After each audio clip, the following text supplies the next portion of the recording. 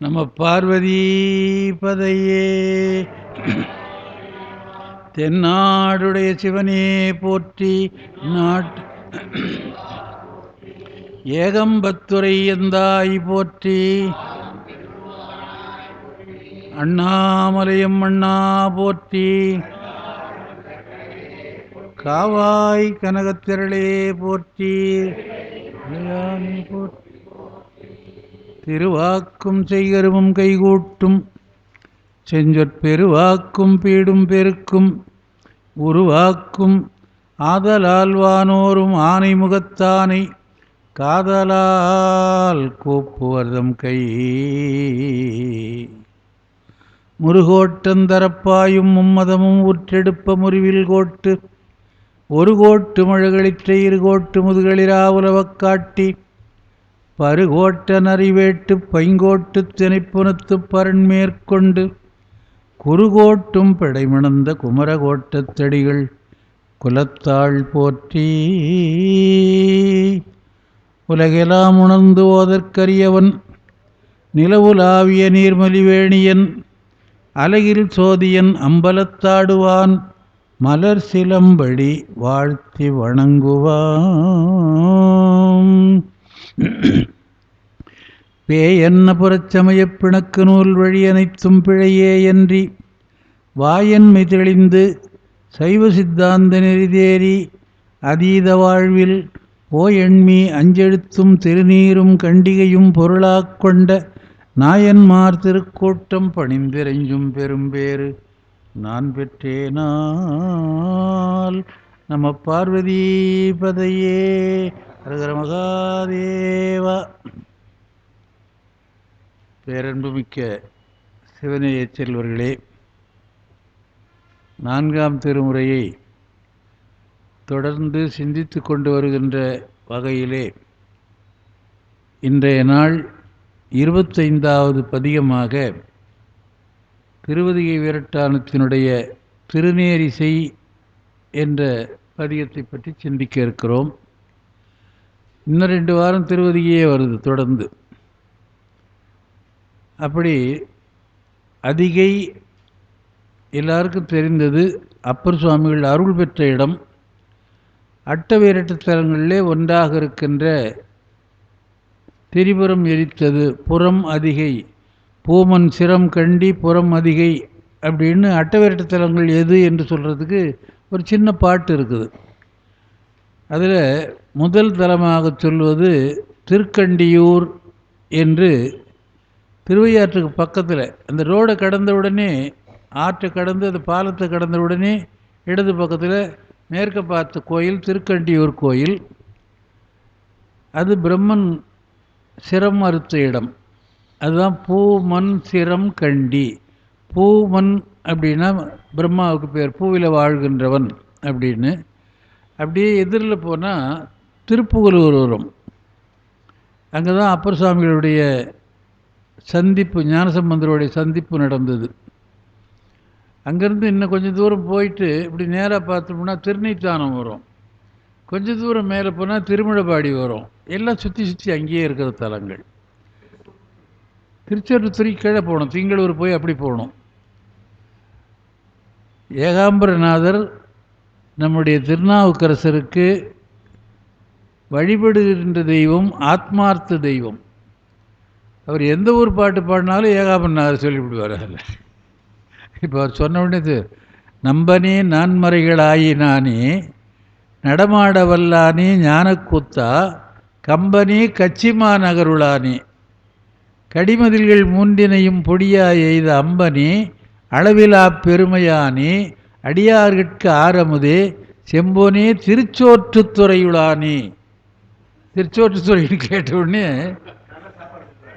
அப்படியா, அதுதான் பேர் சோற்றுத்துறை. அதனால தான் மீனாட்சி சுந்தரம் பிள்ளை இங்கே பாடுற போது சோறு மணக்கும் மடங்கள் எல்லாம்னு பாடினார்ல சேக்கிழார் பிள்ளை தமிழில். குன்றத்தூரில் போனாலும் நிறைய சோறு போடுவாங்க. ஒரு காலத்தில் போட்டிருந்தாங்க.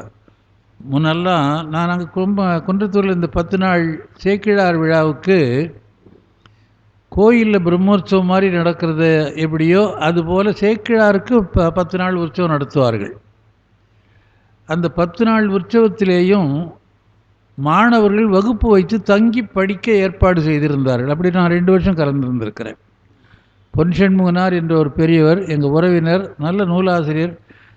ஏதாவது அப்படி உட்காந்துக்கிறாருன்னு சும்மா ஒரு வாயை கிளறிட்டோம்னா 1.5 மணி நேரம் பேசுவார். சரக்கு அது பாட்டுக்கு வந்துக்கிட்டே இருக்கும். அது எங்கேருந்து தான் அவ்வளோ படித்து வச்சுருக்கிறாருன்னு தெரியாது. அவர் இட்டும் போய் பெரிய புராணத்தை படிடா, நீ கேள்றா சொல்கிறத அப்படின்னு 2 ஆண்டுகள் அங்கே போயிருந்தேன். அப்போ எதுக்கு சொல்ல வந்தேன்னா, அந்த நேரத்தில் நான் சொல்கிறது ஒரு 40 வருஷம் 50 வருஷம் ஆகிப்போய், ரிட்டையர் ஆகி 25 வருஷத்துக்கு மேலே ஆகிப்போச்சு. 25 வருஷத்துக்கு மேலே ஆச்சு. அப்போ என்ன சொல்லுவாங்க, சேக்கிழார் விழான்னு யாரும் சொல்ல மாட்டாங்க, சேக்கடையார் திருவிழான்னு வாங்க. அதை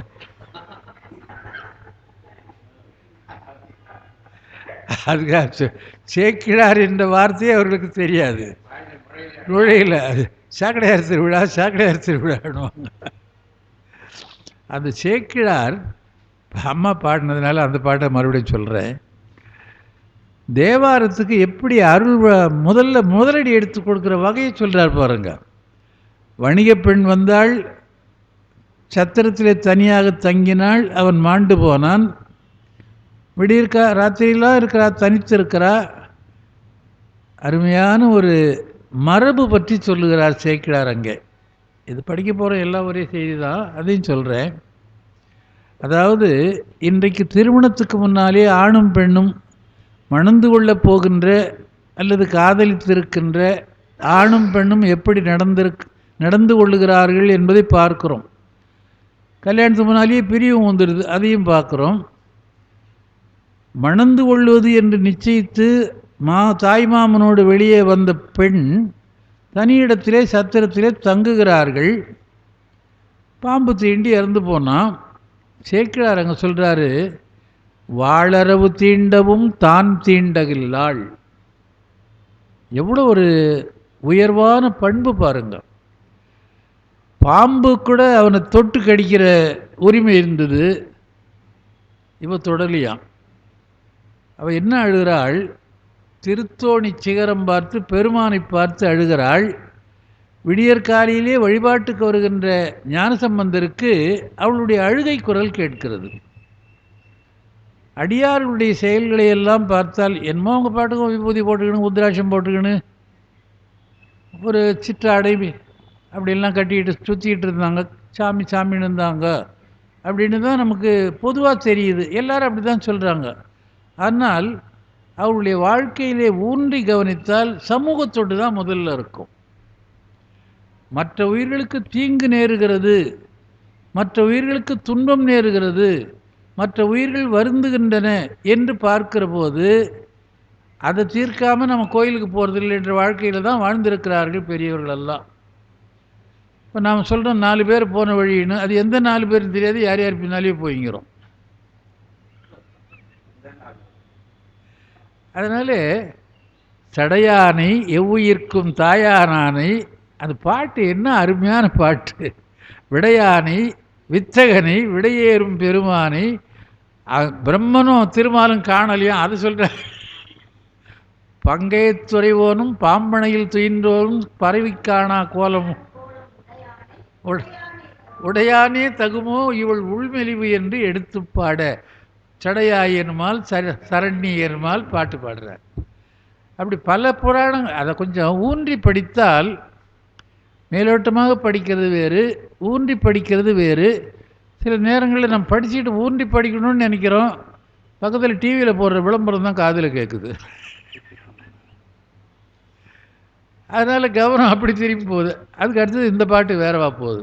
அந்த மாதிரி எதுக்கு சொல்ல வந்தேன்னா, தேவாரம் பாடியது எப்படி என்பது திருநாவுக்கரசர் புராணத்தை பார்த்தால் அந்த பாடல் எப்படி வந்தது என்று பல இடங்களிலே சொல்வார். சில இடங்களில் அப்படியே போயிடுறார். ஏன்னா ஒரே ஊருக்கு எத்தனை தடவை அதையே சொல்கிறது. அது மாதிரி ஞானசம்பந்தர் தேவாரம் பாடினான எந்த சந்தர்ப்பத்திலே வந்து பாடினார் என்று பெரிய புராணத்திலே அடியெடுத்து கொடுப்பது போல் இருக்கும்.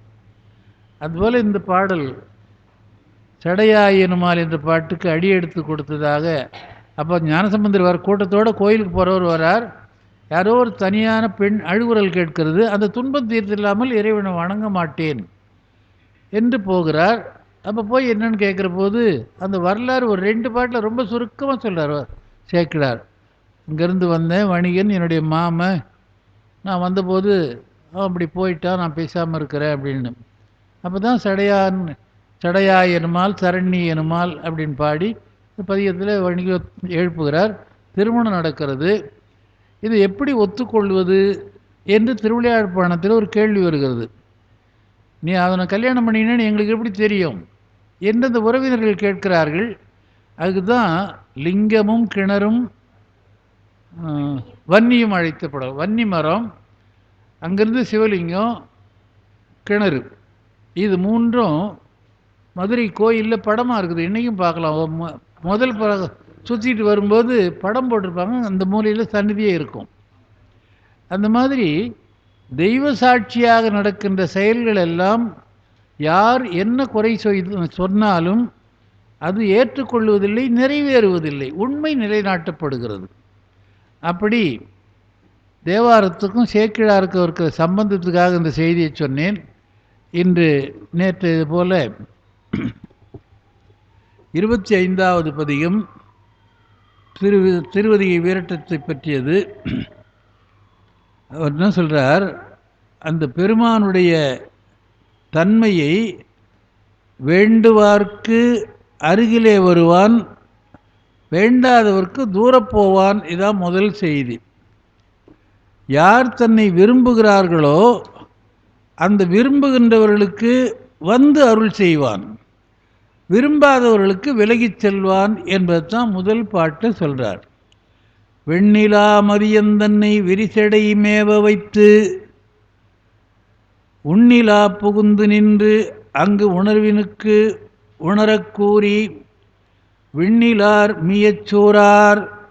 இது வரைக்கும் நிறுத்தி கொள்ளணும்.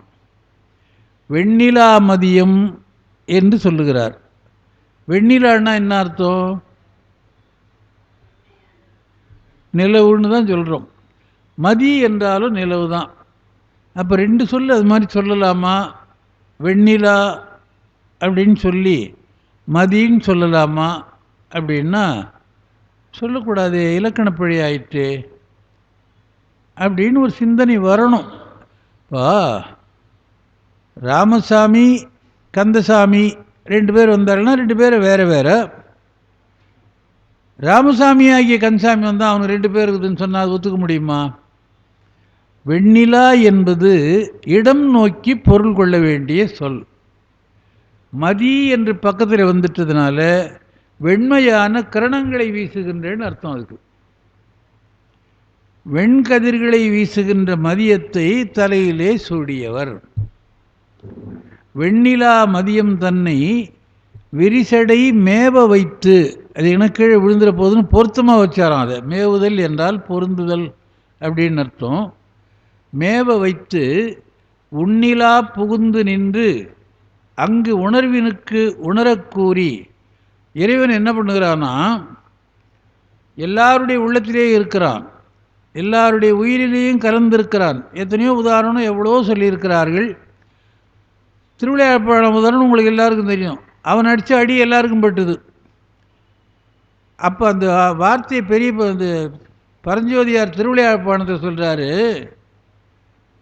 இது என்ன இந்த ஒரு பங்கு அடைக்காத இருக்குது, எல்லாம் அடைச்சாச்சு. வீட்டுக்கு ஒரு ஆள் வந்து அடைக்கணும்னு தண்டோரை போட்டாங்க, எல்லோரும் வீட்டுக்கு ஒரு ஆள் வந்தாங்க, அடைச்சிக்கிட்டு வராங்க. பிட்டு வியாணிபம் செய்கின்ற வந்திக்கு ஆள் இல்லை. சிவபெருமான் அவர் வர்ற கோலத்தை சொல்கிறார். அது எவ்வளோ நேரம் வேணாலும் சொல்லலாம். மண்வெட்டி ரொம்ப நாள் வேலை செய்த மாதிரி மழு கடைந்து நல்லா தேஞ்சு போன மண்வெட்டியாக தேடி எடுத்துன்னு வர்றாரு. கீஞ்சு போன பிறப்பு கூட எடுத்துக்கின்னு வர்றாரு. அறையில் அழுக்கடைந்த பழந்துணி கொடுத்துன்றார். அரசன் பார்த்துட்டே வரான், எல்லா கரையும் அடைஞ்சி போச்சு, இது என்ன அடையிலையே, இது யாருடைய பங்கு என்று கேட்கிறான். வந்தி என்று ஒரு அம்மையார் இருக்கிறார்கள். அவர்கள் பிட்டு வாணிபம் செய்கிறார்கள். அவர்களுக்கு புதல்வர் பேர் இல்லை. அதனால் கூலிக்கு ஆள் வைத்தார்கள். அதை கூலிக்கார அதை படுத்துங்கிறான் பார் அப்படின்னு காட்டுறாங்க. அது இன்னும் நிறைய சொல்லணும். இவன் காட்டுகிறார்கள் என்று சொல்கிற போது பெரிய விஷயம், பெரிய புராணம் சொன்னதுனால அதே வருது. திருவிளையாடல் பரஞ்சோதி முனிவர் சொல்கிறார், அவனை யாருன்னு காட்டுற போது அவர் யாருன்னு இவர் அறிமுகப்படுத்துகிறார். உயிர்தொறும் ஒளித்து நின்ற கள்வனை இவன்தான் வந்தியின் ஆள் என காட்டி நின்றார். இறைவன் யார், அதுக்கு டெஃபினிஷன் கொடுக்கிறார். அவன் எல்லா உடம்புலையும் ஒளித்து கொண்டிருக்கிறான். ஆக இறைவன் இல்லாத இடமில்லை, எல்லாருடைய உள்ளத்திலேயும் இருக்கிறான், உணர்விலே கலந்திருக்கிறான், உயிரிலே கலந்து உரைகிறான். இது அழகாக சொல்கிறார் பரஞ்சோதியார். உயிர்தொறும் ஒளித்து நின்ற கள்வனை இவன்தான் வந்தியின் ஆள் என காட்டி நின்றார். அதுக்கப்புறம் செய்தியெல்லாம் தெரியும் உங்களுக்கு. பரமலட்சம் எல்லா உயிர்லையும் பட்டது, அதெல்லாம் தெரியும், உடம்புலையும் பட்டது. அந்த மாதிரி இவர் என்ன பண்ணுறார், அருள் செய்ய வேண்டும் என்று காத்திருக்கிறார். காத்திருக்கிற பெருமான் இங்கே வந்தால் ஐயா நோட்டீஸ் கொடுக்கலான்னு பக்கத்தில் வச்சுங்கிறாரு. அப்படி வந்து எட்டி பார்த்து இது வேறு ஏதோ விஷயம் அப்படின்னு அப்படியே போட்டால் இவர் எடுத்து போய் கொடுப்பாரு.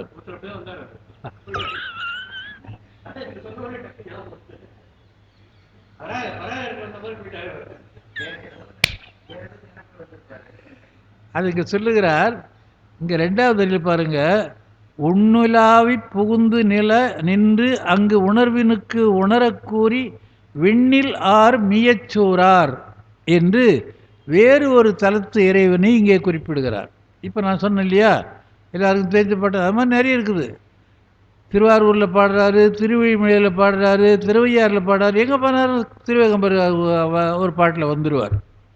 அதுபோல் ஏன் அப்படி என்று சொன்னால், எங்கும் உளன் இறைவன். சில இடங்களிலே சில சிறப்புகளினாலே அந்த இறைவனுடைய புகழ் கொஞ்சம் ஓங்கி இருக்கும். மியச்சூர் என்பது அப்படிப்பட்ட ஒரு கோயில். லலிதா, அதுதான் நான் சொல்லுவேன். மியச்சூரில் தான் இன்னும் இளங்கோயில் இருக்குது. மியச்சூர் இளங்கோயில். லலிதாம்பிகை என்ற பெயர் அங்கே மட்டும்தான் உண்டு.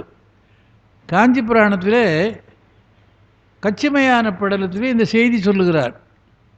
அம்பிகைக்கு நாமும் லலிதை என்பது என்று. லலிதா என்று நாம் சீதை என்பதை சீதான்னு சொல்கிறோம். வடநாட்டுக்காரெலாம் வடன்றதை வடான்றான். 2 வடான்னு தான் சொல்கிறான் அவன். அந்த மாதிரி லலிதை என்பதை லலிதா என்று சொல்வது வழக்கமாகிவிட்டது. லலிதா என்ற சொல்லுக்கு இன்பம் செய்பவள் என்ற அர்த்தம். அந்த பெயருடைய அம்பிகை அங்கே தான் இருக்கிறார். ஆமாங்க, லலித் கலா அகாடமி. லலிதை அப்படின்னாலே இன்பம் செய்பவள். அவர் மியச்சூரில் இருக்கிற கோயில் பெருமான எல்லாரும் வணங்குறாங்களாம். உள்நிலா புகுந்து நின்று அங்கு உணர்வினுக்கு உணரக்கூறி.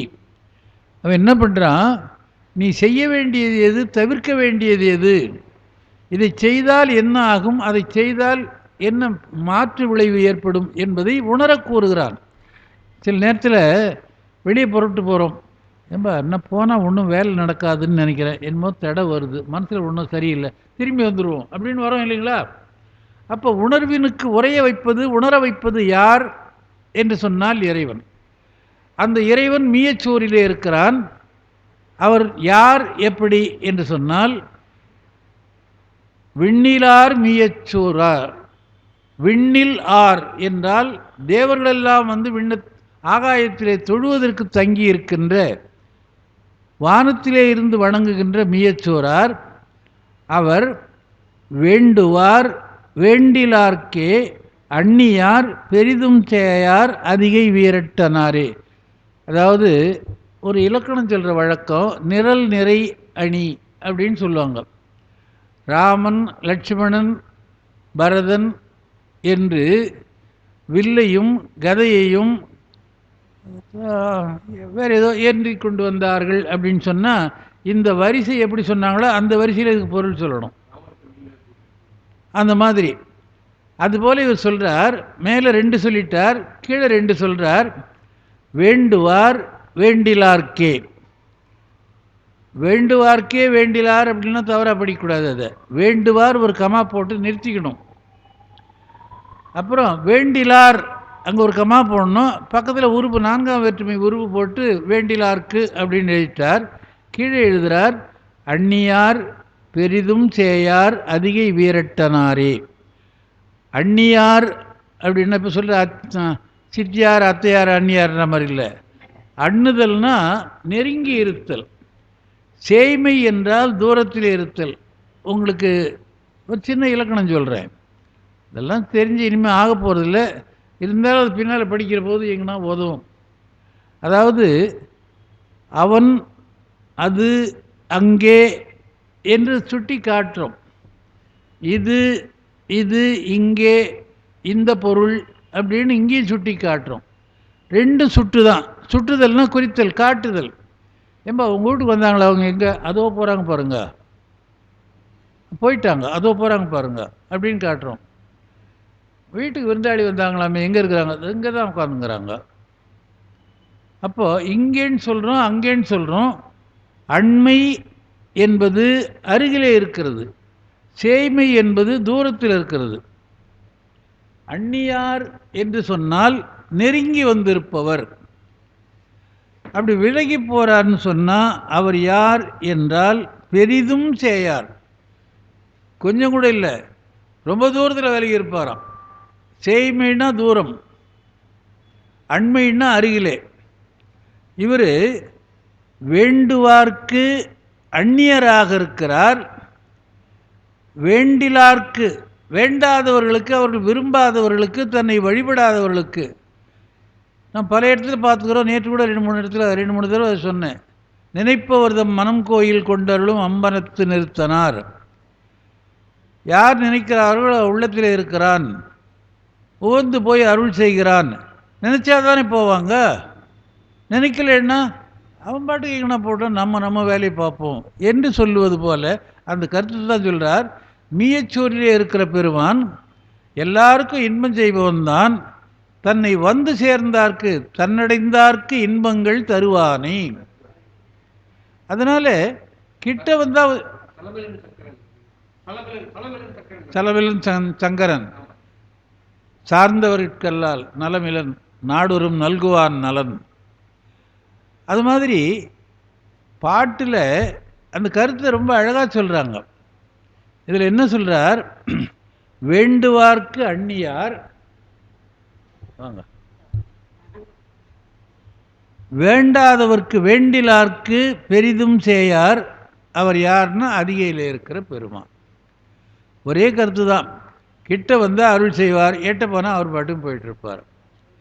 அவர் எங்கே இருக்கிறார்? அதிக விரட்டாந்தத்தில் இருக்கிற பெருமான் அங்கு மட்டும் இல்லை, தேவர்களெல்லாம் தொழுகின்ற மீயச்சோர் கோயிலில் இருக்கிறார்கள். ஏன் தேவர்களெல்லாம் வந்து அந்த மீயச்சோரில் தொழுகிறார்கள்? அங்கே கோயிலையும் பார்க்கலாம், இளங்கோயிலையும் கோயிலின் வகைகள் என்று நமக்கு ஒரு 9 கோயில் வரும்.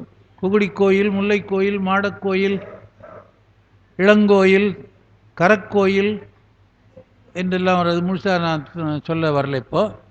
அதில் இன்னும் இளங்கோயில் என்பது பாலாலயம் என்று சொல்லுகிறோமே, அதுதான். கோயிலில் கும்பாபிஷேகம் பண்ணுறதுக்கு முன்னாலே பாலாலயம் என்று ஒன்று அமைக்கிற வழக்கம் உண்டு. அந்த பாலாலயம் மாறாமலே இருக்குது, கோயில் மட்டும் கட்டிட்டாங்க. அதனால் அங்கே அந்த இளங்கோயில் என்பது இன்றைக்கும் அப்படியே இருக்கிறது. 2 சன்னதிகள், லலிதாம்பிகை சன்னதி தனியாக இருக்கும். ரொம்ப அருமையான கோயில்.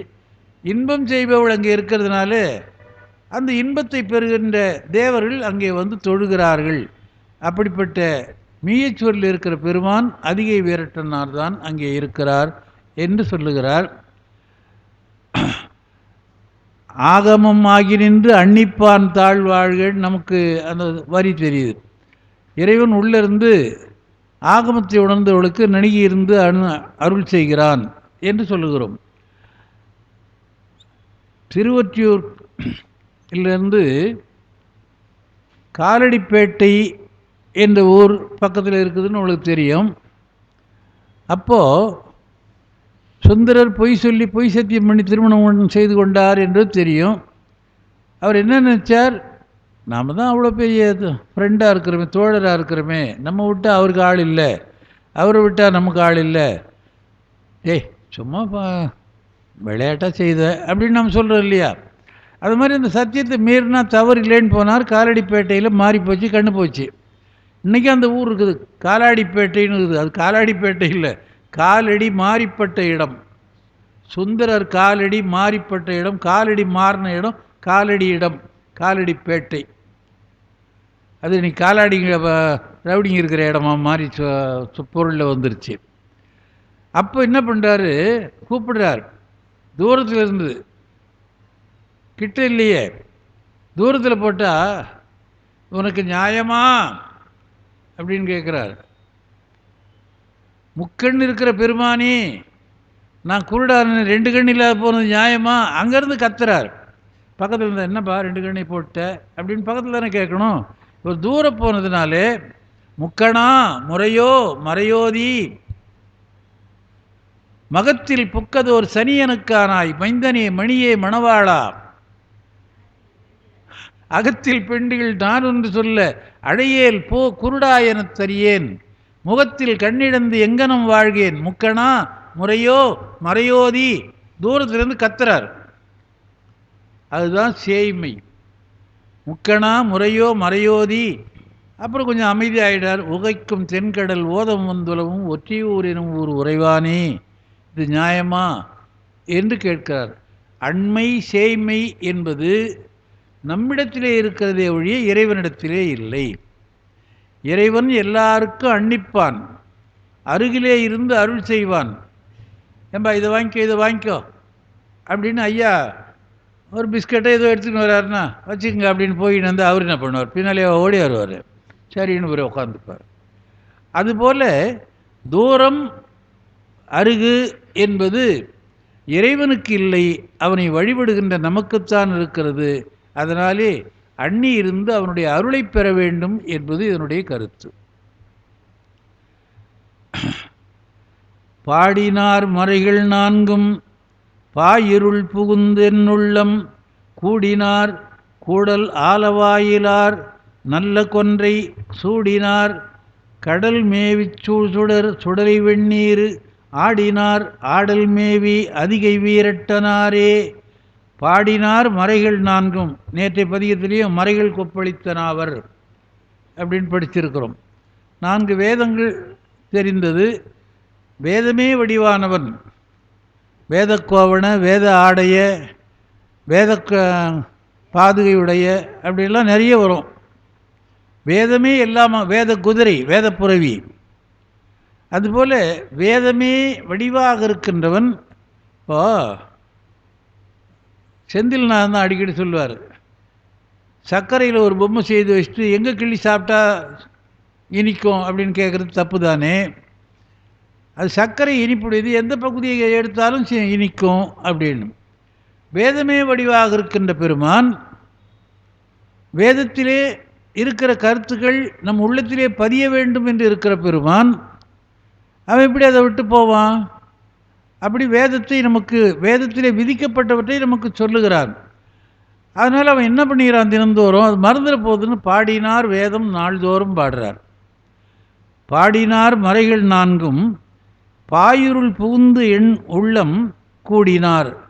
பாயிருள் புகுந்து என் உள்ளம், உள்ளத்தில் என்ன இருக்கிறதுனா இருள் இருக்கிறது.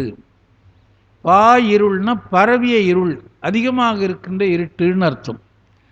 அதாவது சாத்திரம் படிக்கிற போது சொல்லுவார்கள், இருள் வந்தால் ஒளி விலகும். அது எத்தனையோ கொடிக்கவி போன்றவற்றெல்லாம் படிக்கிறோம், எல்லா இடத்துலையும் படிக்கிறது, எல்லா சாத்திரத்திலையும் வருவது. ஒளிக்கும் இருளுக்கும் ஒன்றே இடம், ஒன்று மேலிடின் ஒன்று ஒளிக்கும். கொடிக்கவி. இப்போ இங்கே வெளிச்சமாக இருக்குது, திடீர்னு கரண்ட் கட் ஆயிடுச்சுன்னா இருட்டாகி போகுது. அப்போ யாரும் போய் வெளிச்சம் போயிடுச்சு நீ வா அப்படின்னு இருளை கூப்பிடுறதில்லை. இருள் தானே வந்து சூழுகிறது. அப்போ இது வரைக்கும் எங்கே இருந்ததுன்னா அது இங்கே இருக்குது. வெளிச்சம் அதிகமாக இருக்கிறதுனாலே இருள் அடங்கி இருக்கிறது. அந்த வெளிச்சம் குறைந்தால் இருள் வெளிப்படுகிறது. இருள் போல. இன்னொன்று, ஆணவம் என்பது அறியாமை என்கின்ற இருள், ஞானம் என்பது அறிவு என்கின்ற ஒளி. உள்ளத்திலே ஆணவம் இருக்கிற வரையிலே இருள் என்கின்ற ஆணவம் இருட்டு இருக்கும், அறியாமை இருக்கும். ஒளியாகிய ஞானம் உள்ளே வந்தால் அறியாமை விலகி நின்று அறிவு வரும். அவ்வளோதான். இதுதான் சுருக்கமான தத்துவம். அழகாக சொல்லிட்டார். ரெண்டும் ஒன்றுக்கு ஒரே இடத்துல தான் இருக்குது. ஆணவமும் உள்ளத்தில் தான் இருக்குது, அறிவும் உள்ளத்தில் தான் இருக்குது. ஆணவம் மேலிடின் அறிவு அடங்கி விடுகிறது, அறிவு மேலிட்டால் ஆணவம் அடங்கி விடுகிறது. அது சொல்கிறார்.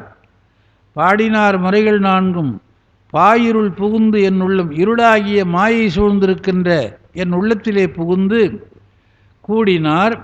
உள்ளே தானா, ஏன்னா தானே எம்மை தலையெளித்தாட்கொண்டருளும் வான்வார்கழல் என்று மாணிக்கவாசர் பாடுறார். இறைவன் தானே வருகிறான். இங்கு நம் இல்லங்கள் தோறும் எழுந்தருளின்னு சொல்கிறார். நாம் தான் அவனை அறியாமையினாலே எதிர்கொள்ளாமல் இருக்கிறோம். அவன் பாட்டும் போயிட்டே இருக்கிறான். அப்படி கூடினார். கூடல் ஆலவாயிலார் நல்ல கொன்றை சூடினார். கடல் மேவி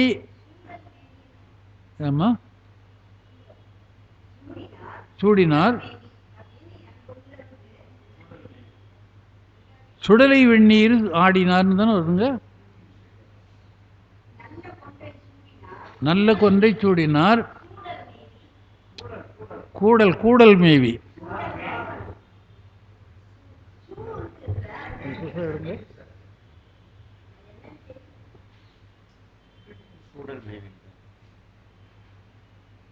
சூடல் தாங்க, சூடல் தான். சூடினார். அந்த சூடல் அதிகமாகி சூடிக்கொண்டது. நான் என்ன தப்பாக எழுதிட்டேன்னு பார்க்குறேன். சூழ்கடல் சுடலை வெந்நீர் ஆடினார். சுடர் சுடலை வெந்நீர் ஆடினார். சுடுகாட்டு சாம்பலை பூசினார் என்று அர்த்தம். அதுதான் தூய வெந்நீர். ஏன் அப்படின்னு சொன்னால், எந்த கலப்பும் இல்லாமல் அந்த உடல் எரிந்து போய் தூயதாக இருக்கும். சுடலை பொடி பூசின்னு தானே சமுதர் முதலியே பாடுறார். தோடுடைய செவியன்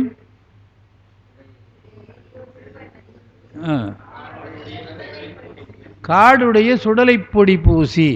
சுடுகாட்டு சாம்பல் தான் அவ்வளோ உயர்ந்தது. இன்றைக்கி சித்தநாதன் விபூதி தான் வசந்தது. இருக்கிற கெமிக்கல்லாம் சேர்ந்து குழைச்சா குழன்னுது. அது முன்னெல்லாம் கதிர்பூர்னு ஒரு ஊர் இருக்குது. அந்த ஊரில் விபூதி தயாரிக்கிறதே தொழிலாக பல குடும்பங்கள் இருந்தது. அதான் மின்சாரத்தில் போயிடுது.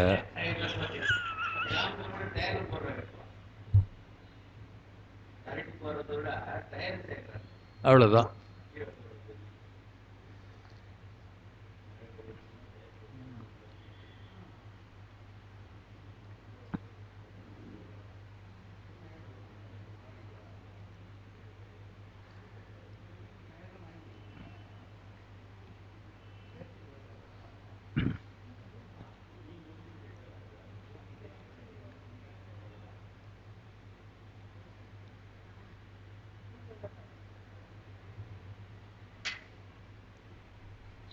சுடர் அப்படின்னு இருக்குது.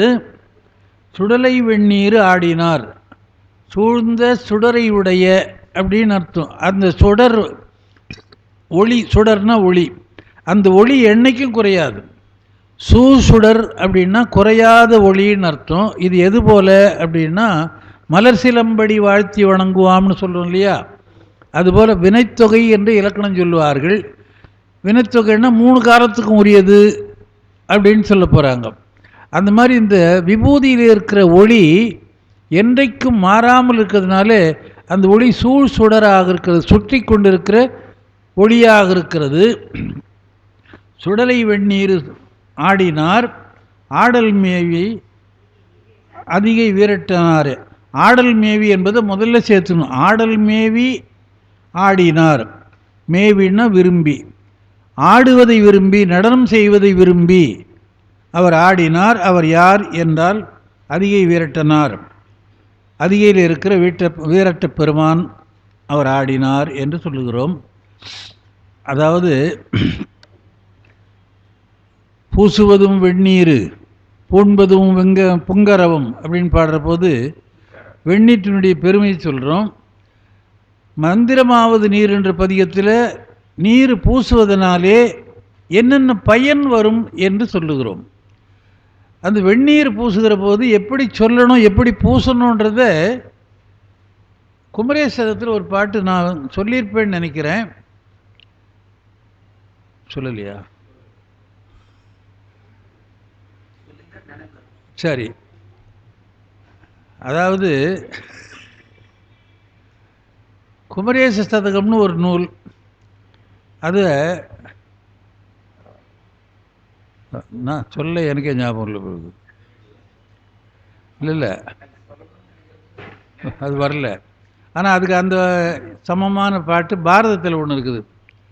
ஆசில் நான் மறைப்படியும் எண்ணில் கோடி ஆகமத்தின் விதிப்படியும் எழுத்து அஞ்சும் கூறி பூசினான் விபூதியல் பூசினான் மேனியெல்லாம் விபூதியால் அந்த பூதியினை புரிந்த சடை புறத்தே சேர்த்தான் பேசினால் அக்பொறுப்பின் சிகரமேவும் சிவன் அவனே என்றார் அப்படின்னு வில்லிபுத்தூரார் பாரதம் எழுதுகிறார்.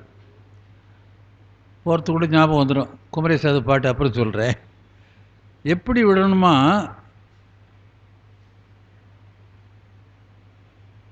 அதான் முதல்ல வருது, வரமாட்டேனுது. தவத்துக்கு செல்லுகின்ற அர்ஜுனன் விபூதி பூசிக்கொண்டு போகிறான். எப்படி சொல்லணும், எப்படி பூசணுன்றதை வில்லிபுத்தூரார் சொல்கிறார். ஆசில் நான் மறைப்படியும், குற்றமில்லாத 4 வேதங்களிலே விபூதியை எப்படி பூச வேண்டும் என்ற முறை சொல்லி இருக்கிறது. இந்த விபூதி பெருமை, திருநீற்று பெருமை என்றெல்லாம் புத்தகங்களே இருக்குது. சிவப்பாக இருந்தால் பூசினா குற்றம், கருப்பாக இருந்தால் பூசினா குற்றம், தோஷம் வரும், வெந்நீருன்றது வெண்மையாக இருக்கணும், அதில் வேறு எதுவும் கலப்பக்கூடாது என்றெல்லாம் இருக்கிறது. இவன் எப்படி பூசினானா, ஆசில் நான் மறைப்படியும் எண்ணில் கோடி ஆகமத்தின் படியும், ஆகமங்களிலே சொல்லப்பட்டது 4 வேதங்களிலே சொல்லப்பட்ட விதியிலே எழுத்து அஞ்சும் கூறி பூசினான். சிவாய நம என்ற எழுத்தை சொல்லி, குமரேசதகம் இப்போ வந்துருச்சு. பக்தியோடு சிவசிவா என்று திருநீற்றை பறிந்து கையால் எடுத்து பாரினில் விழாதபடி அண்ணாந்து செவியோடு பருத்த புய மீது ஒழுக நித்தமும் விரல்களால் நெற்றியில் அழுந்தலுற நினைவாய்த் தரிப்பவர்க்கு நீடுவினை அணுகாது தேகபரி சுத்தமாம் நீங்காமல் நிமலனங்கே சக்தியும் சிவமும் என தாண்டவம் புரிவன். எவ்வளோ கருத்து சொல்லார் பாருங்களேன். விபூதி எடுக்கிற போது, முதல்ல விபூதி விடுற போது எல்லாருக்கும் தெரிஞ்சிருக்கும், அப்படி செய்வீங்கன்னு நினைக்கிறேன். இல்லைன்னா கொஞ்சம் அப்படி தலையை நிமித்தி விட்டுக்கு, இப்படி வச்சுன்னு விடக்கூடாது. கொஞ்சம் நிமித்தி மேலே நிமிர்ந்து பார்த்து விபூதி வைக்கணும். சிவ மடல்லிருந்து விபூதி எடுக்கிற போதே பக்தியோடு சிவசிவா என்று திருநீற்றை சிவசிவான்னு சொல்லிக்கிட்டே எடுக்கணும். பக்தியோடு சொல்லணும். பக்தியோடு சிவசிவா என்று திருநீற்றை பறிந்து கையால் எடுத்து பாரினில் விழாதபடி, அதுதான் சொல்கிறார், தரையில் விழக்கூடாது. அண்ணாந்துன்னு கூட சொல்லிடுறார். பாரினில் விழாதபடி அண்ணாந்து செவியோடு பருத்த புய மீது நித்தமும் விரல்களால் நெற்றியில் அழுந்தலுற. இப்போ விபூதி எப்படி வாங்குறாங்க, எப்படி விட்டுக்கிறாங்கன்னு நாம் எல்லாரும் பார்க்குறோம். மன்னிச்சிங்க, நாம் கூட என்ன செய்கிறோமோ தெரியாது. ஐயர் இப்படி கேட்குறோம், அவர் கொடுக்குறார். இந்த விரல் இப்படி தொட வேண்டியது, இந்த விரலை தொட்டு இப்படி வச்சுக்கின்னு இப்படி நிட வேண்டியது.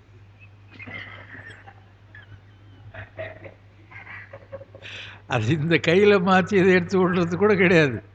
இப்படி வாங்க வேண்டியது. அவர் கொடுத்துட்டு போனான்னா இந்த விரல் எது எட்டுதோ அதை வச்சு அப்படி வச்சுட்டு இப்படின்ட்டு வந்து நெற்றியில் அழுந்தலுற நினைவாய்த் தரிப்பவர்க்கு நீடு வினை அணுகாது தேகம் பரிசுத்தமாம்.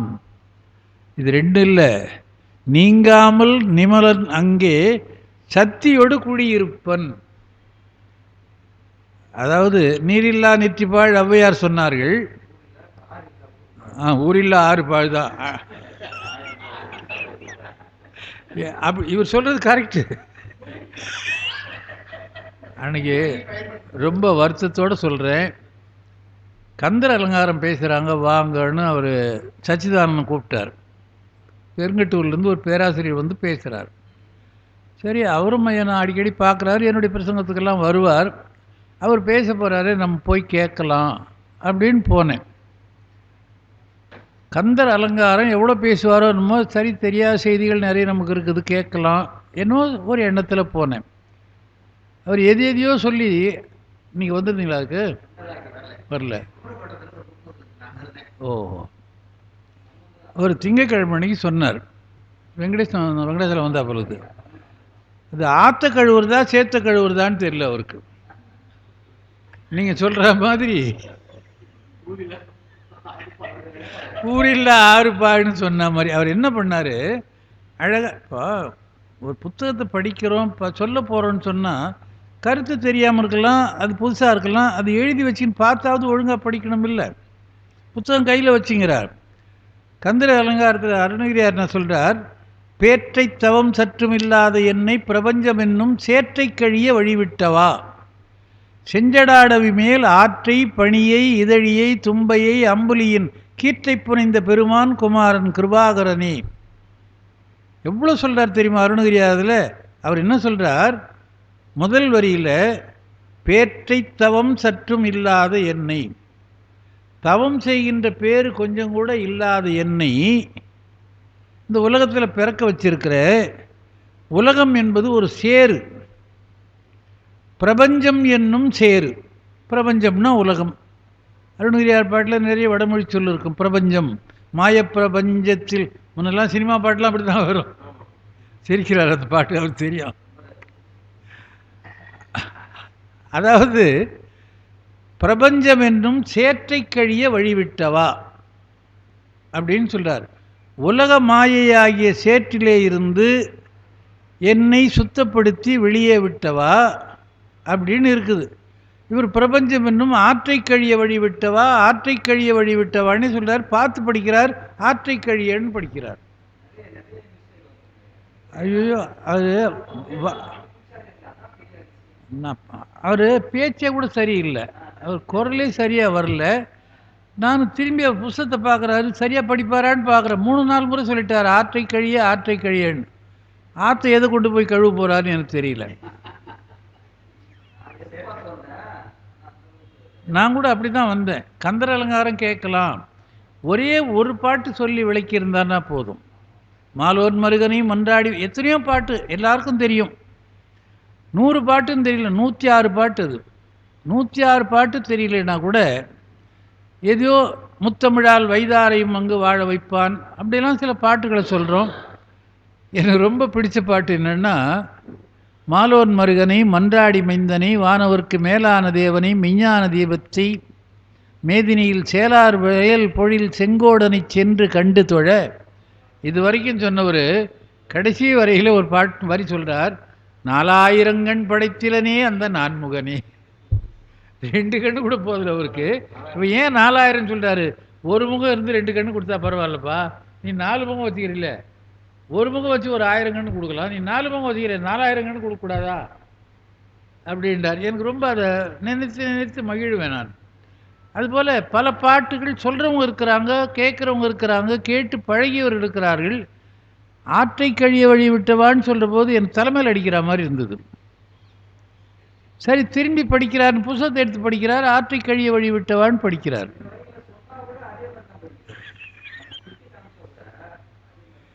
அவர் வந்திருக்கிறார் நான் சொன்னதை நிரூபிக்கிறது. அதனால அதில் அது என்ன பண்ணுறப்பார், ஆற்றை கழிய விட்டவா செஞ்சடாட அவிமேல் சிவந்த சடையாகிய காட்டிலே ஆற்றை, ஆறு அங்கே இருக்குது, ஆற்றை பணியை இதழியை தும்பையை அம்புலியின் கீற்றை புனைந்த பெருமான். அவர் அவ்வளோதான் சொன்னார், இன்னும் கூட சொல்லலாம், இடம் போதில் எதுக்கு அவருக்கு. ஆற்றை வச்சிருக்கிற, அம்புலியின் கீற்றை வைத்திருக்கிற, இதழியை வைத்திருக்கிற, தும்பையை வைத்திருக்கிற, கொன்றை வைத்திருக்கிற, எதுக்கு? நமக்கு அருள் செய்கிறது தான் மேலே இருக்கிறது அத்தனையும். அதனாலே ஒரு பாடல் என்ன கருத்தை விளக்குகிறது என்பதை தெரிந்து கொண்டு சொன்னால் ஒழிய அது சிறக்காது. நம்ம தெரியலன்னு உடனே வந்துச்சு பாருங்க, பக்தியோட சிவசிவா. ஏன்னா எப்போ படித்தது எங்கேயோ ஒரு மூலையே போய் ஒட்டிங்குது, அப்படி தட்டுற போது எங்கேருந்து வருது அது. பக்தியோடு சிவசிவா என்று திருநீற்றை பரிந்து கையால் எடுத்து, குமரேசதகன் எங்கேயும் பார்க்கவே முடியறதில்ல, யாரும் அந்த நூல் வச்சிருக்கல, கடையில் கேட்டால் கிடைக்கல. உங்கள்கிட்ட இருக்கா? ரொம்ப சந்தோஷம். தினம் படிங்க அத்தை, இந்த ஒரு பாட்டையாவது படிங்க. ரைட்டு.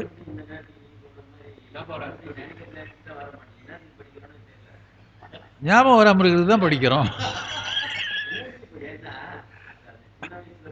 இதை ஒரு வைணவர் வெள்ளிபுத்தூர் ஆழ்வார் பாரதத்தில் அர்ஜுனன் தவநிலை சருக்கத்திலே சொல்றார்.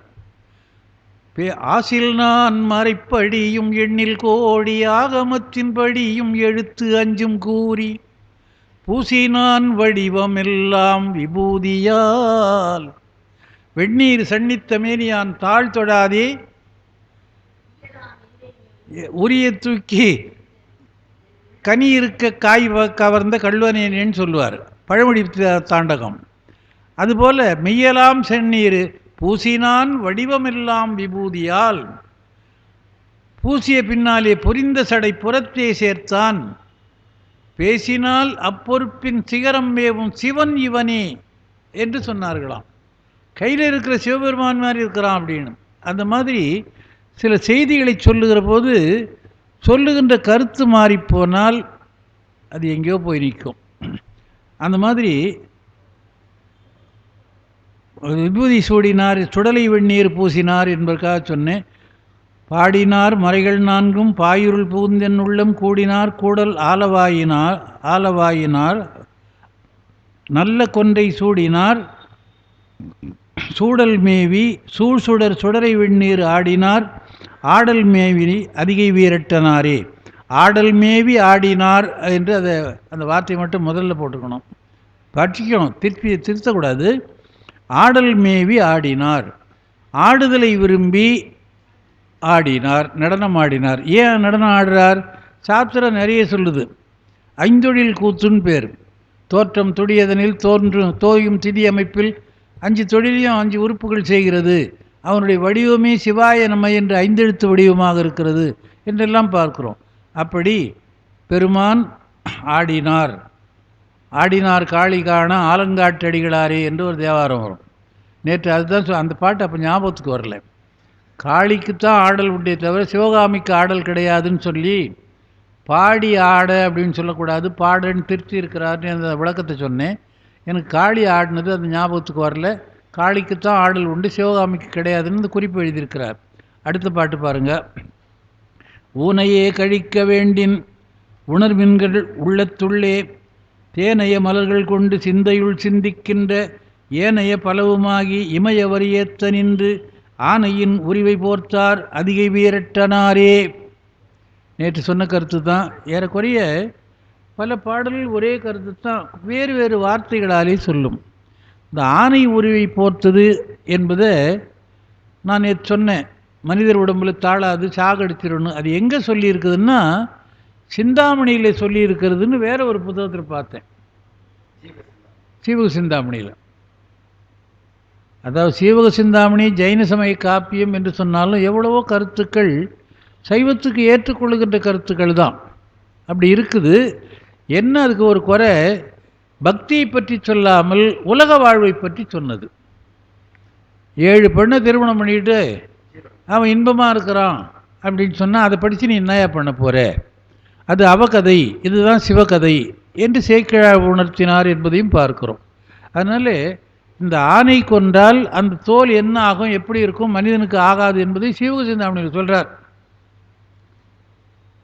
அது சொல்கிறார், ஊனையே கழிக்க வேண்டில். ஊன் என்றால் பிறவின்னு அர்த்தம். ஊன்னா முதல்ல மாமிசம்னு அர்த்தம். ஊனெடுத்த உடம்பின் பிறவியே தானடைந்த உறுதியை சாருமால் தேனடைந்த மலர்பொழில் தில்லையில் மானடஞ்செய் வரதர் பொற்றாள் தொழ. பெரிய புராணத்தில் 2வது பாட்டு. ஊனடைந்த உடம்பின் பிறவி. ஊன் என்றால் மாமிசம்தான், ஆனால் பிறவி என்று அதுக்கு பொருள். அந்த பிறவியை கழிக்க வேண்டில், வேண்டாம் என்று நீக்க வேண்டும் என்று எண்ணினால் உணர்வின்கள் என்ன செய்யணும்னு தெரிந்து கொள்ளுங்கள். உள்ளத்துள்ளே தேனைய மலர்கள் கொண்டு சிந்தையுள் சிந்திக்கின்ற ஏனைய பலவுமாகி.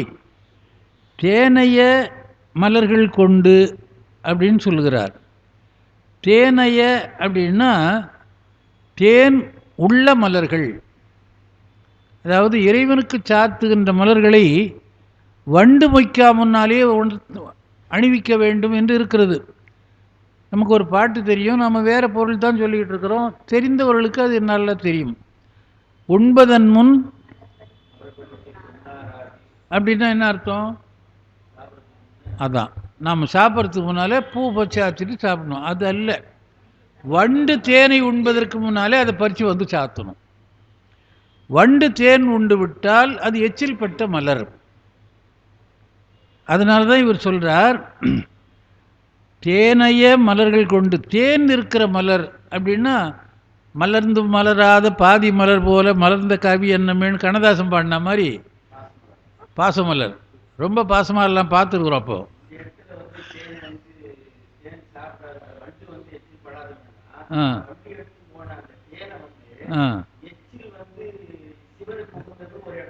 அது எல்லா இடத்துலையும் வருது. தேன் அபிஷேகம் பண்ணுறோம், அது தனி. புனுக்கு அப்புறம் 10 ஆண்டுகளும் அப்படி தான் இருக்குது. உண்பதன் முன் மலர் பறித்துட்டு உண்ணாராயில் அப்படின்னு தான் சொல்லுது. அதுக்கு அர்த்தம் எழுதுகிறவங்க தேன் வண்டு தேனை உண்பதற்கு முன்னாலே தான். இப்போ தேன் தனிப்பொருளாக போகுது, அந்த மலர் பயன்படாத போகுது.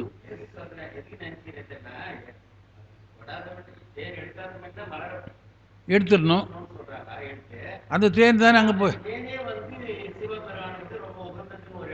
உண்டு.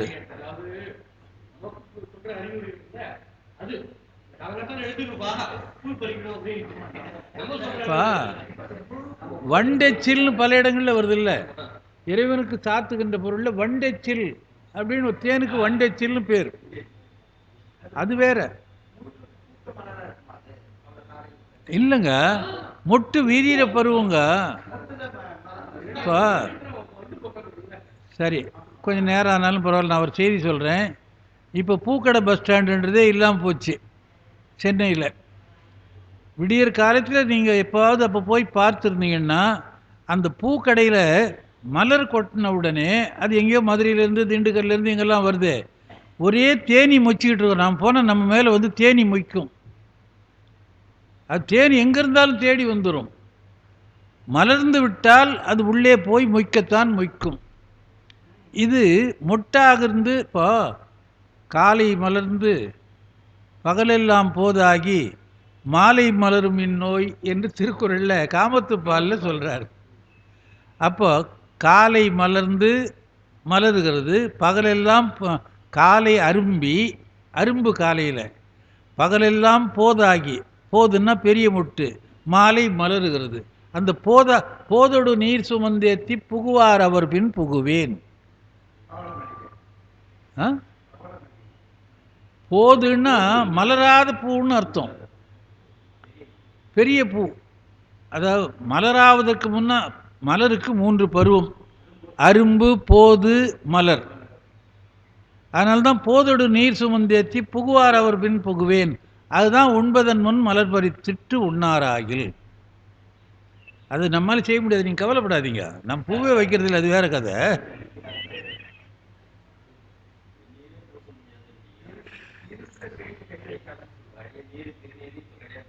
ஆமாம்,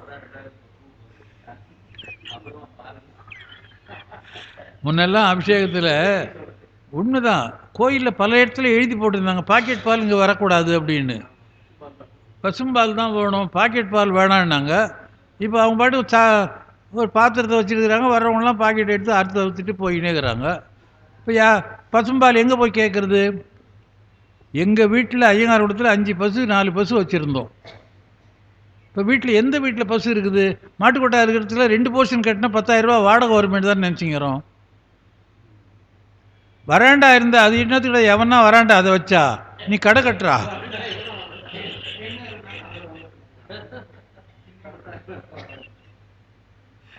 அதனால அப்படி பூ மலர்வதற்கு முன்னாலே பறித்து உண்ண வேண்டும். தேனைய மலர்கள் கொண்டு சிந்தையுள் சிந்திக்கின்ற ஏனைய பலவுமாகி உள்ளத்துக்குள்ளே நினைக்கின்ற பல வடிவுகளிலே இறைவன் வருவான் என்பதை சொல்லி இமையவர் ஏத்து நின்ற ஆணையின் உரிவை போர்த்தார் அதிகை வீரட்டனாரே. தேவர்களெல்லாம் வணங்குமாறு யானைத்தோலை போர்த்தவர் அதிகையிலே இருக்கிற பெருமான். அதாவது இதுங்க என்ன சொல்கிறார், ஆணையின் உரிவை போர்த்தார் என்று சொல்றதுக்கு முன்னால் என்ன சொல்கிறார்னா, ஊனையே கழிக்க வேண்டின் உணர்மின்கள் என்று சொல்லுகிறார். அதுக்கு முத்துசு ஒரு குறிப்பு எழுதுகிறார், அதுதான் ரொம்ப அதிசயமான குறிப்பு. உணர்மின்கள் என்று சொன்னதனாலே இது சுவானுபவம், தானே அனுபவித்து பிறருக்கு சொல்லுகின்ற உபதேசம் என்று எழுதுகிறார். அதனால் உள்ளத்தின் உள்ளானடி என்று வள்ளலார் கூட பாடியிருக்கிறார். ஆனால் இருக்கிற இறைவனை நாம் நினைக்கிறோமா என்பதை இப்படி நினைத்தால் தனக்குத்தானே உபதேசம் செய்து கொண்டது போல என்ற ஒரு குறிப்பை எழுதுகிறார். அதுக்கு அடுத்த பாட்டில் துருத்தியார் குரம்பை தன்னுள் 90 அறுவர் நின்று விருத்திதான் தருகை என்று வேதனை பலவும் செய்ய விருத்தியால் வல்லவாறு வந்து வந்து அடைய நின்ற அருத்தியார்க்கு அன்பர் போலும் அதிகை வீரட்டனாரே. இங்கே சாத்திர கருத்தை சொல்கிறார். துருத்தியாம் குரம்பை, துருத்தி என்பது இன்றைக்கெல்லாம் நம்ம மறந்து போன ஒன்று. முன்னெல்லாம் கலாய் பூசறேன்னு தெருவில் வருவாங்க ஆட்கள், ஈயம் பூசறேன் அப்படின்னு. அவங்க அங்கேயே வச்சு ஒரு மண்ணை தோண்டி ஒரு பைப் மாதிரி உள்ளே சொருவிட்டு காற்று அடிக்கிறது 2 கையிலே வச்சிங்கன்னா தோல் பை இப்படி அமுக்குவாங்க, காற்று உள்ளே போவோம். அதுக்கு தான் துருத்தின்னு பேர். இப்போ தான் எல்லாம் எவர் சில்வர் நெவர் சில்வர்.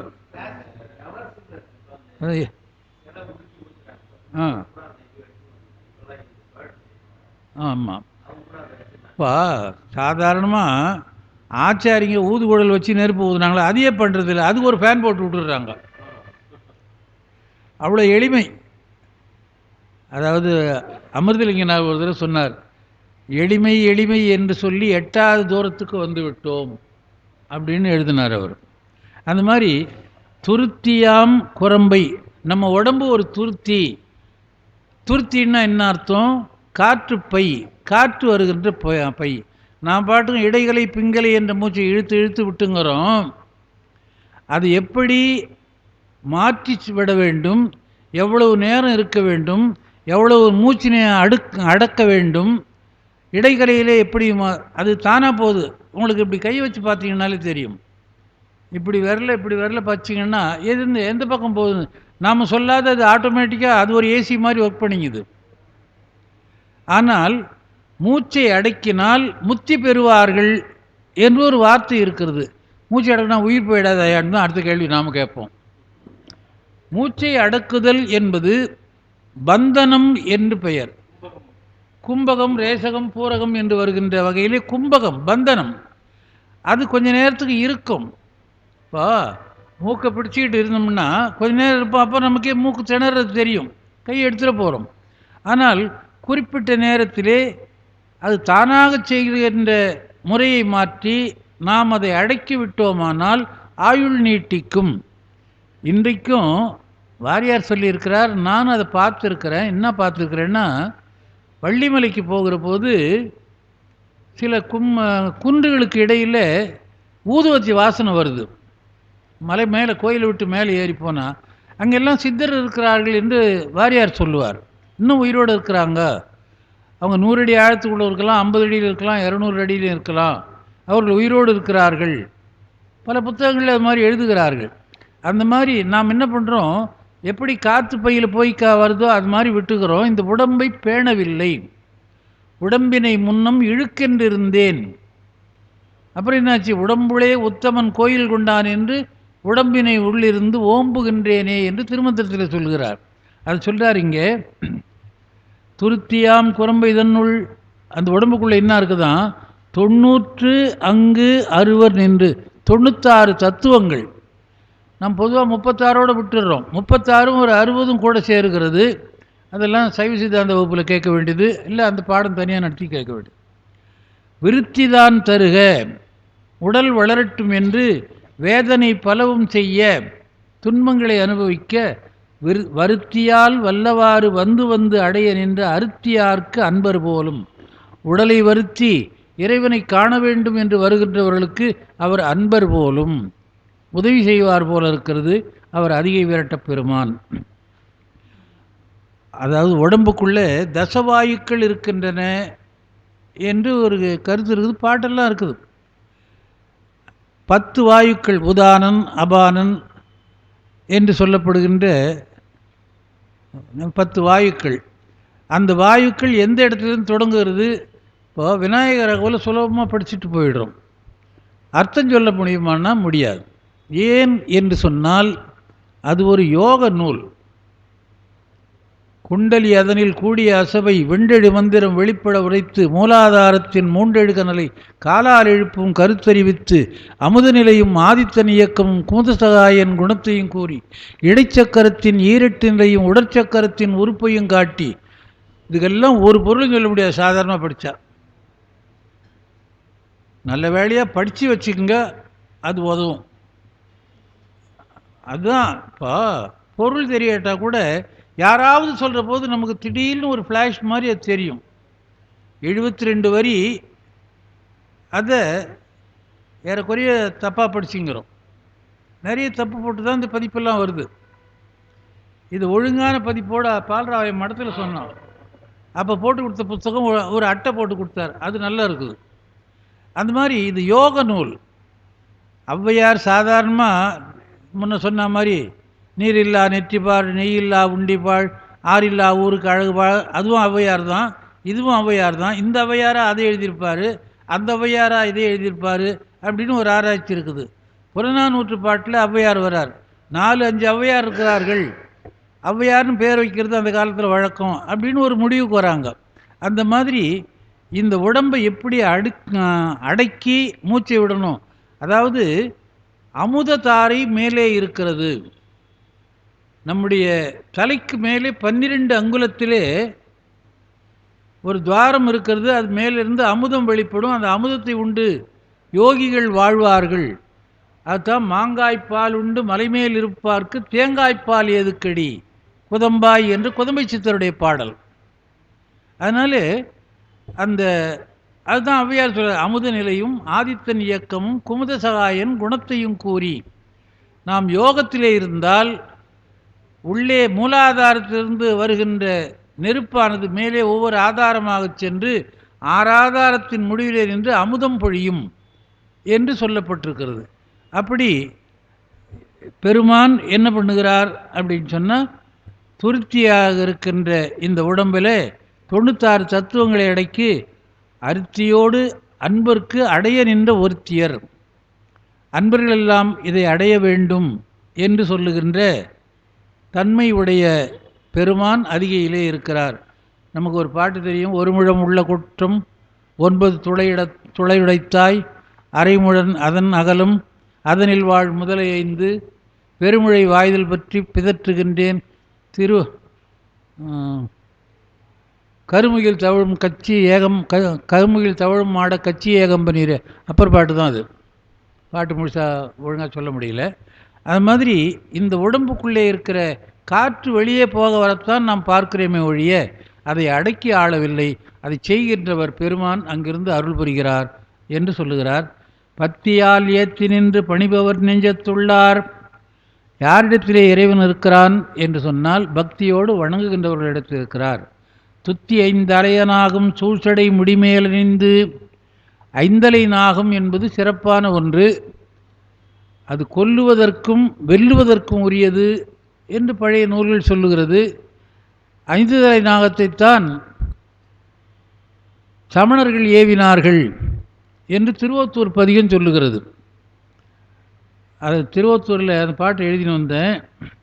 தோட்டீரே துத்தி ஒரு 5 அலை நாகத்தை ஆட்டீரே அருள் நல்குமே என்று சம்பந்தப்படுறார். பூச்சேர்ந்தாயன கொண்டு நின் என்ற பதிகத்தில் திருவொத்தூரில் அந்த கோயிலுக்கு போனீங்கன்னா சுற்றி வரும்போது முதல்ல 5 அலை நாகத்தோடு இருக்கும்.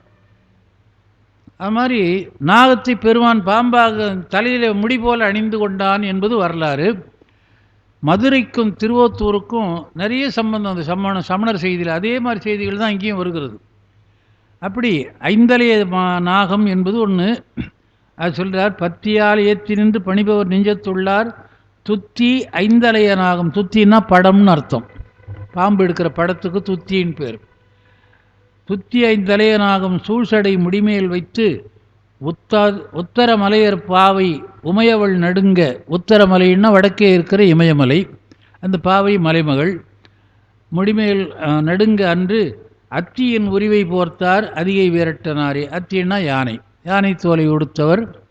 அத்தி என்ற சொல்லுக்கு எத்தனையோ பொருள் இருக்கிறது. அத்தின்னா மலை, அத்தின்னா யானை, அத்தின்னா பாம்பு, அத்தின்னா வேகம் என்று ஒரு அர்த்தம், யானை என்று ஒரு அர்த்தம். அத்தியின் உரிவை என்றால் இங்கே யானையினுடைய தோல். அதுக்கு அடுத்தது இன்னொரு உதாரணம் சொல்லணும்னு நினைக்கிறேன், நேரம் ஆகுது. அடுத்த பாட்டுக்கு போகலாம். வரிமுறி பாடி ஆடி என்றும் வல்லவாரடைந்து நெஞ்சே கரி உரி மூடவல்ல கடவுளை காலத்தாலே சுரி புரி விரி குழலாள் துடி இடைப் பறவையல்லுள் அறிவை ஓர்வாகம் போலும் அதிகை வீரட்டனாரே. இந்த பாட்டுக்கு எழுதியிருக்கிற உரை அவர் எவ்வளோ நூலை படிச்சிருப்பார், எவ்வளவு நினைவோடு. இப்போது நான் கூட 10வது படித்தேன், 12வது படித்தேன், காலேஜ் படித்தேன்னு எல்லோரும் சொல்லிக்கிறோம். காலேஜில் என்ன பாடம் படித்தேன்? ஏயா எத்தனை வருஷத்துக்கு முன்னே படித்தா தோது இப்போ கேட்குறீ? அது பெருமையாக சொல்கிறோம். முத்துசு எழுதியிருக்கிறவரை அவர் ஒரு நாள் ஒரு செய்தி சொன்னார். இங்கே தான் சொன்னார், எங்கள் அப்பா கல்யாணத்திலே அவர் வழி திருமணம் சொன்னார்னு. இவருக்கு அப்பா கல்யாணத்தில் அவர் பிரசங்கம் பண்ணிக்க. அதான் காட்டினீங்களே, நீங்கள் ரெக்கார்டு காட்டினீங்கல்ல. அவங்க அப்பா கல்யாணத்தும் போது அவர் தமிழாசிரியர், அந்த காமக்கூரில் ஆரணி ஹைஸ்கூலில் அவர் பிரசங்கம் பண்ணிக்கிறார் அப்போவே. அந்த மாதிரி என்னைக்கோ படித்த செய்தியெல்லாம் அவருடைய மனத்திலே மீளாமல், அப்படி மாறாமல் அப்படியே நின்று மீண்டும் மீண்டும் சொல்ல வந்து, நான் பல தடவை சொல்லிக்கிறேன், பல பேரிடத்தை சொல்லிக்கிறேன். நேராக கூப்பிட்டுட்டே அந்த பீரோவை போய் தேடா, இந்த புத்தகத்தை எடுறா, அந்த பக்கத்தை எடுறா, இது தானேன்னு கேட்பார். அவளுக்கு கரெக்டாக இருக்கும். அப்படி ஒரு நினைவாற்றல். அதுபோல் அவர் அந்த வரி மூடி பாடி ஆடி என்று சொல்கிறதுக்கு சொல்கிறார். வரிப்பாடல்னா என்னான்னு எழுதுகிறார். நமக்கு படிக்கிறது கேட்டு விட்டதுதான் தவிர ஒரு வரி கூட புரியல. அதில் பண்ணும் திறமும் செயலும் பாணியும் ஒரு நெறியில் அன்றி மயங்கி, பண் பரதம் திறம் செயல் பாணி, பாட்டு, அதற்குரிய அபிநயம், அதை பாடுகின்ற திறமை, அதனாலேயே வருகின்ற செயல், அந்த செயலை செய்கின்ற பாணின்னா கை. பாணின்னா கை எல்லாருக்கும் தெரியும். தண்டபாணி, சக்கரபாணி, கோதண்டபாணி அப்படின்னு பாணின்னா கை. சிவபெருமானுக்கு ஒரு பாணின்னு பேர் தெரியுமா? பினாகபாணி. பினாகம் என்பது வில்லுக்கு பெயர். அந்த பினாகத்தை கையில் வச்சதுனால அவருக்கு பினாகபாணின்னு பெயர். சக்கரம் வச்சுக்கிறதுனால சக்கரபாணி, கோதண்டம் வச்சுக்கிறதுனால கோதண்டபாணி. பாணின்னா கை. இதில் என்னென்ன உறுப்பு? பண்ணும் பரதமும் திறமும் செயலும் பாணியும், இதெல்லாம் ஒரு நெறியன்றி மயங்கி சொல்லப்பட்ட, ஒரு வழியில் போகாத மயக்கத்தோடு சொன்ன வார்தல், வடித்தல், உந்தல், உரழ்தல், உருட்டல், தெருட்டல், அண்டல்,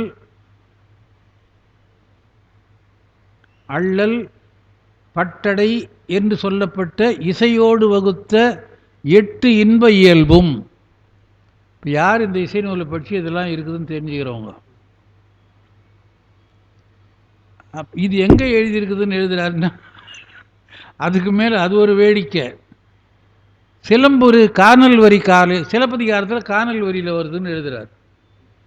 மாதவி நடனம் ஆடினாள் என்று அங்கே செய்தி வருது.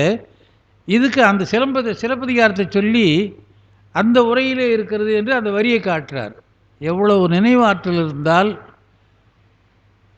அவ்வளோ தூரம் எழுத முடியும். அவர்கள் எழுதி உபகரித்திருக்கிற உரையை படித்தாலே நமக்கு புண்ணியம். அப்படி அது வரிப்பாட்டு என்பதற்கு வரி முறி பாடி. அதுக்கு மேலே சொல்கிறார், கரிவுரை மூடவல்லான் கடவுள், யானைத்தோல் உரித்தவன் போத்தவன் காலத்தாலே சுரி புரி வரி குழலாள். இங்கே பாருங்கள், சுரி புரி விரி குழலாள். சுரி என்றால் சுருண்ட சுருள்முடி, புரின்னா முறுக்கி விட்ட, விரிகுழல்னா விரித்த சடை. அது அம்பாளுக்கு சொல்கிறார். இதை அம்பாளுக்கு சொல்கிறார். சுரி புரி விரி குழலாள் துடியடை பறவை அல்லுள் சின்ன இடையும் பெரிந்த அல்குலமுடைய அறிவை ஓர் பாகர் போலும் அதிகை விரட்டனாரே என்று சொல்லுகிறார். இதுபோல் அந்த சுரி புரி வரியெல்லாம் வர்ற மாதிரி ஒரு பாட்டு இன்னொரு இடத்துல திருவையாற்று பதிகத்தில் அப்பர் சுவாமியே பாடுறார். கரிபுரி சுடலை தன்னுள் நடமாய நவிற்றல் இல்லை, சூரிபுரி குழலியோடும் துணையலால் இருக்கை இல்லை, தெரிபுரி சிந்தையார்க்கும் தெளிவலால் அருளும் இல்லை, அரிபுரி மலர்கள் குடையத்தும் ஐயனார்க்கே ஐயனார்க்கேன்னு திருவையாற்று பதிகத்தில் இதே மாதிரி சூரிபுரி கரியெல்லாம் வச்சு. அடுத்த பாட்டு, நீதியால் நினைசெய் நெஞ்சே நிமலனை நித்தமாக பாதியாம் தன்னோடும் பாகமாய் நின்ற எந்தை பெருமானை நீதியால் நினை.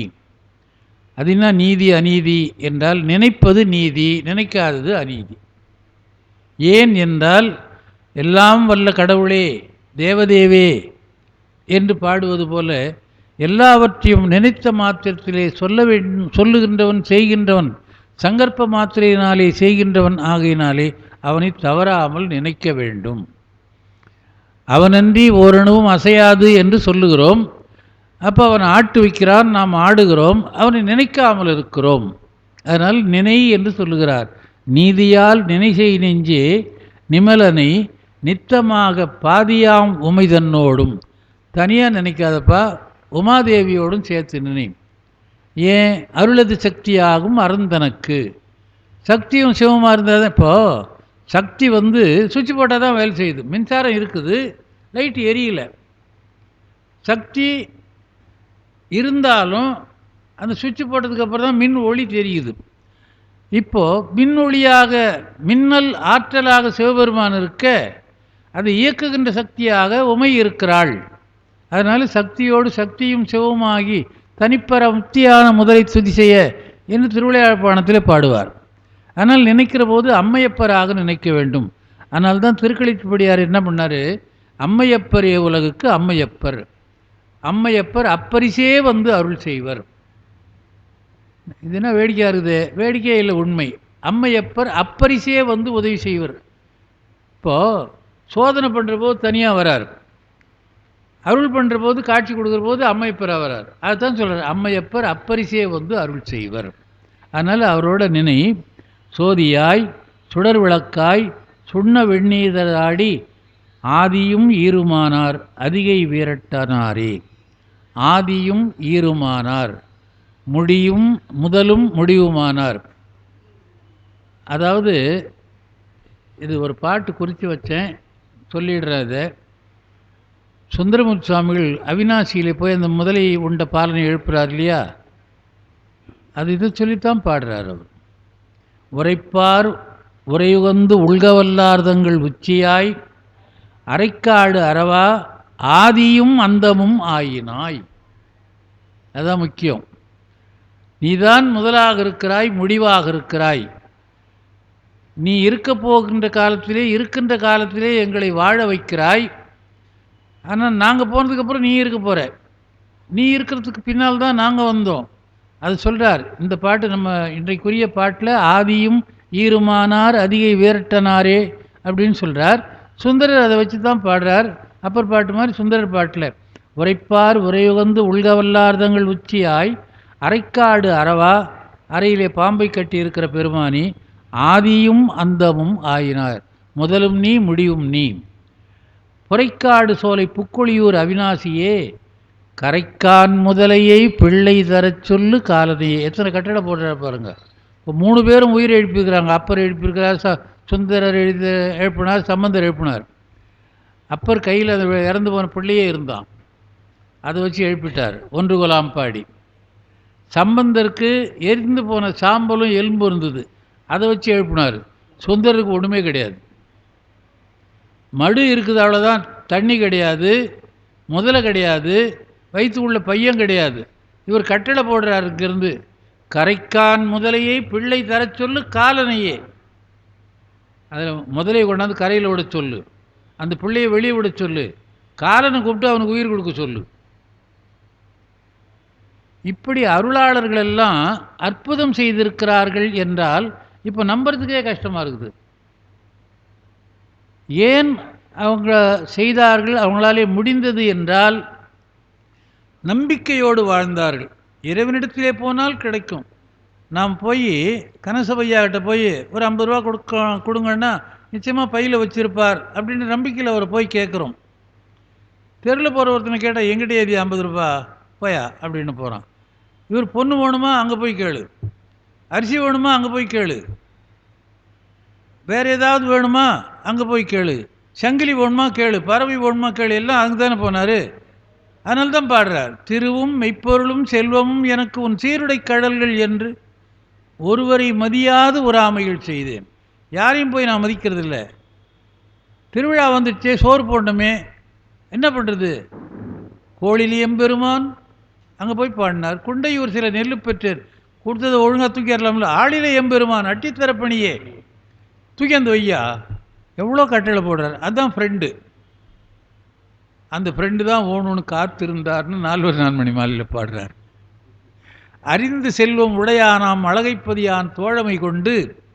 பணம் இருக்கிறவன் நிறைய கிடைப்பான்பா, ஃப்ரெண்ட் ஆக்கிக்கலாம். கல்வி உடையவன் யாராவது இருப்பானா, இவன் படிச்சிருக்கிறானா, அவன் படிக்காத இருக்கிறானா, படித்த விஷயம் தெரியுமான்னு ஆராய்ச்சி பண்ணி ரொம்ப நாளைக்கு இருக்கணுமா. அதை சொல்கிறார் சிவபிரகாசர் 4 மாலையில். அறிந்து செல்வம் உடையானாம், செல்வத்துக்கு அதிபதி யார்? குபேரன். திருவண்ணாமலை கிரிவலம் போனீங்கன்னா உங்களுக்கு தெரியும், எந்த கோயில் இருக்கிறதுன்னு பார்க்க மாட்டாங்க, குபேரன் சன்னதியில் போய் எல்லோரும் உட்காந்துக்குவாங்க.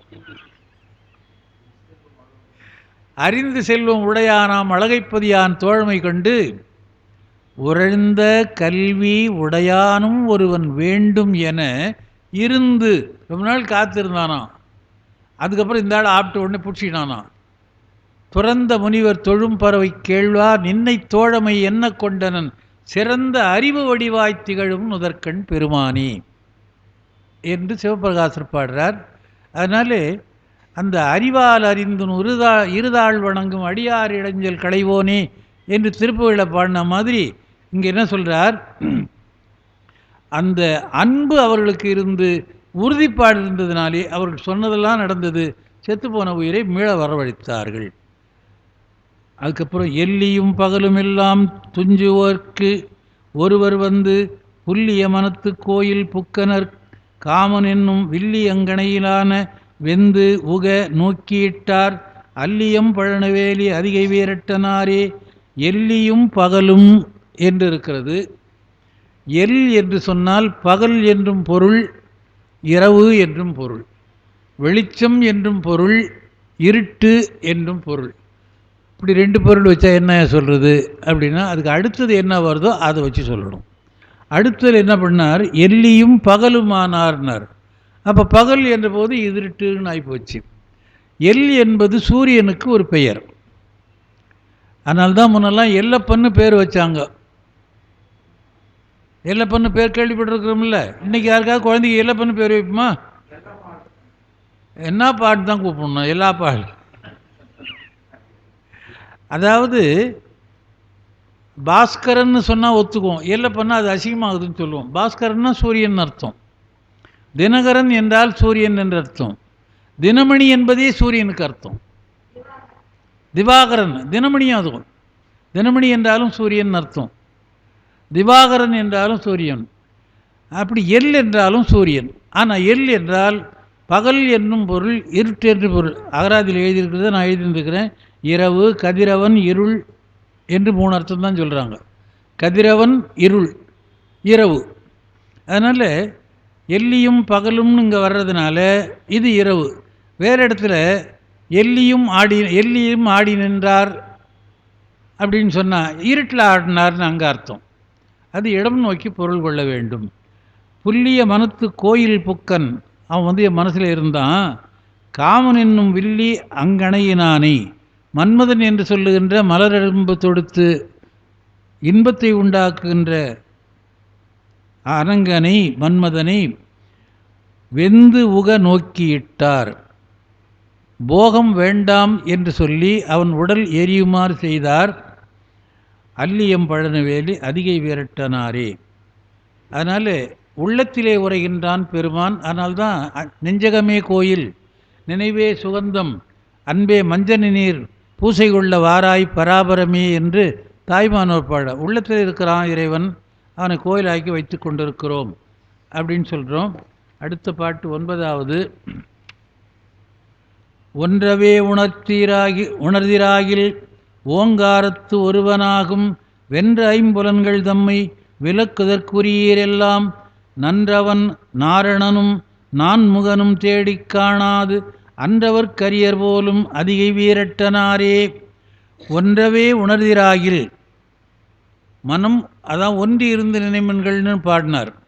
ஒன்றவே உணர்திராகில், ஒருமனப்பட்டு நினைத்தால் ஓங்காரத்து ஒருவனுடன் வென்ற ஐம்புலன்கள் தம்மை விலக்குவதற்கு உரியர் எல்லாம் நின்றவனை தொழுங்கள். நின்றவன் என்ற தனிச்சொல்லுக்கு சிவபெருமான் என்று இந்த இடத்துல மட்டும் பொருள்.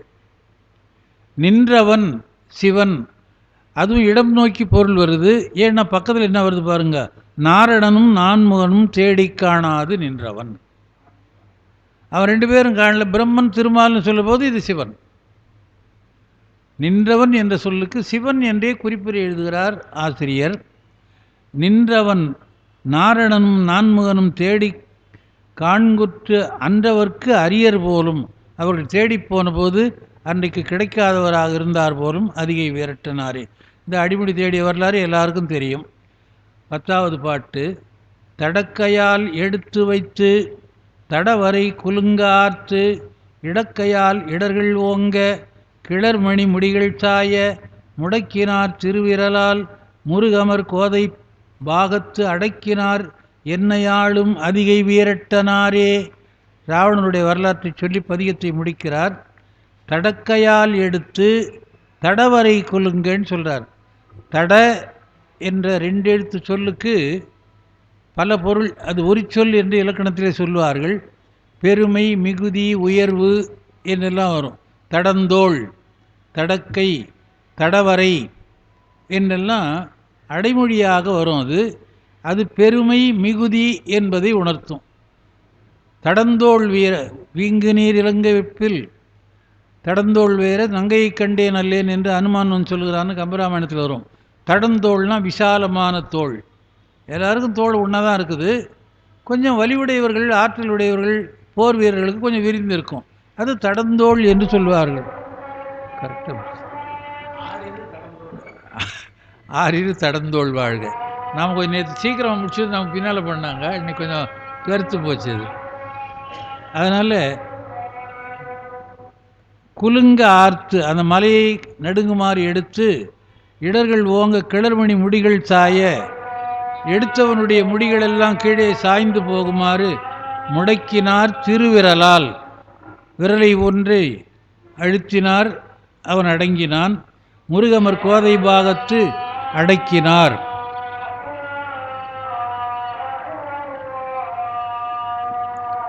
முருகு அமர்னா வாசனை நிரம்பி இருக்கின்ற கோதை உமையவள், அவளை பாகத்து அடக்கினார்.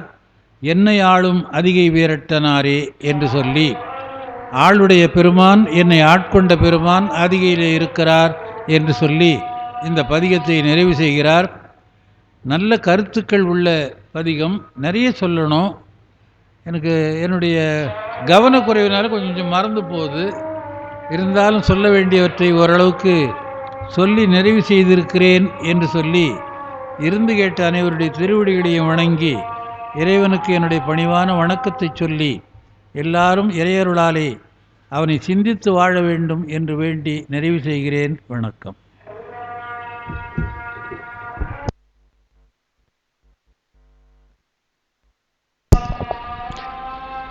யூதர்களோட கடவுள் பேரும் எல் ஷடாய் அப்படின்னு. இப்போ நம்ம செஞ்சடையார்னு சொல்கிறோம் இல்லையா, அதே மாதிரி எல் ஷடாய் அப்படின்ட்டு யூதர்களோட கடவுள் பேர். அந்த இஸ்ரேலோட விமான சேவை இருக்கு இல்லையா, அது எல் ஆல் அப்படின்ட்டு. ஸோ அதை தான் வச்சு நான் என்னுடைய எம்ஃபிலோட கட்டுரையை அதை வச்சு தான் பால்வரை தெய்வம்ன்றதுல இது இப்போ சிவபெருமான்றது இப்போ நம்ம இந்தியாவை மட்டும் இல்லை, உலகத்தில் உள்ள இருக்க எல்லா கடவுளுக்குமே இப்போ முழுமையான கடவுள் அப்படின்னு அது குறிச்சிருக்கேன். நான் அதை உங்களோட பகிர்ந்துக்கலாம் அப்படின்ட்டு. அடுத்த வகுப்பு 2ஆம் தேதி 3ஆம் தேதியும் சோழிங்க செல்வநாதன் ஐயா 3ஆம் திருமுறை அவர் பதிவிளக்கம் கொடுப்பாரு. வாழ்த்துக்கிறேன்.